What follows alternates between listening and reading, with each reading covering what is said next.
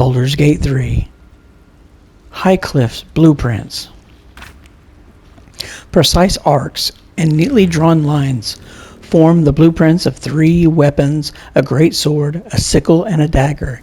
Each length and angle is marked with exact measurements, and forging instructions are printed carefully along the bottom of the page, emphasizing an unusual ingredient, susur bark. The susur bark can only be applied to an ordinary, unmodified blade. Read your material in Baldur's Gate 3. Stamped handbill.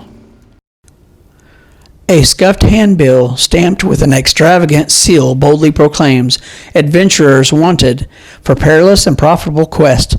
Master Lorokin, the arcanist of Athkatla, the recluse of Ramazeth's tower, seeks brave and enterprising individuals to delve treacherous temple and recover storied artifact, the night song for preservation in Baldur's Gate. Only stout of heart and keen of mind need apply. Fame, glory, and incredible fortune assured."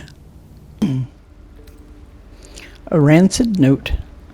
That Slobberchop's druid who was nosing around ain't just some tomb-robbing adventurer type. Calls himself Halsin. Ugly name for an ugly, I had a little word or two with him before the lashers put his hairy arse in the pins. Said he thinks there's something rotten inside us, inside me. Reckons he can help get rid of the rot. Get rid of the rot. I told him we don't need any help from nobody, never did, and especially not now. The Absolute's taking a shine to us. I says there'll be something rotten inside him soon enough. There's a lot of rancid meat down in the pens, and when we cut him open, I'll make sure he stays alive long enough for the maggots to make a nest of him. The shipment orders.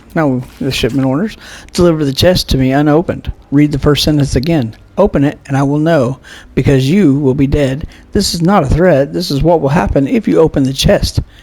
NF. On antidotes. A deep crease in the spine makes the booklet fall open to reveal one recipe in particular. Neat writing in the corner marks it as an antidote for all known potions. This is it, the recipe that made me decide to publish my notes. The story might not interest you, but I shall record it for posterity. Feel free to skip to the actual recipe. I was sitting in the elf song, sipping my usual hot cocoa, and the heat soothing the pain in my scaleless hands. A small child, human, stumbled through the door, sick as a dog.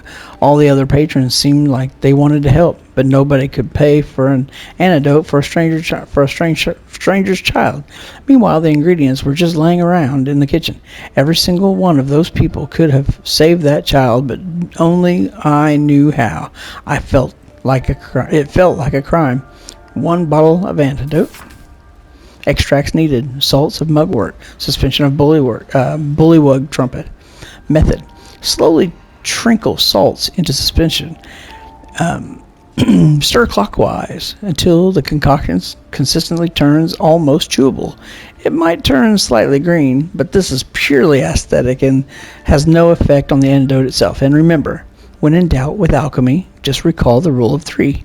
Thrice the same ingredient forms an extract. Excellent. That's true talk. Hidebound Journal. 1 favor, 1 faithful servant. That is all I summoned. No more, no less than Malice Duerden ever had, or indeed the mother of lust herself. The Yochlol was quite the sight in all its forms. I'd read of its foul odor, but I found it intoxicating, like rosewater. So it smashed a few artifacts, hissed at a master. The Archmage should have revered me for such a conjuring. Instead, he threatened to curse me, to make me a driter. Yet my time will come. Soon I will return to Menzoberranzan and Sosare. Then the Archmage will worship me. I will be served.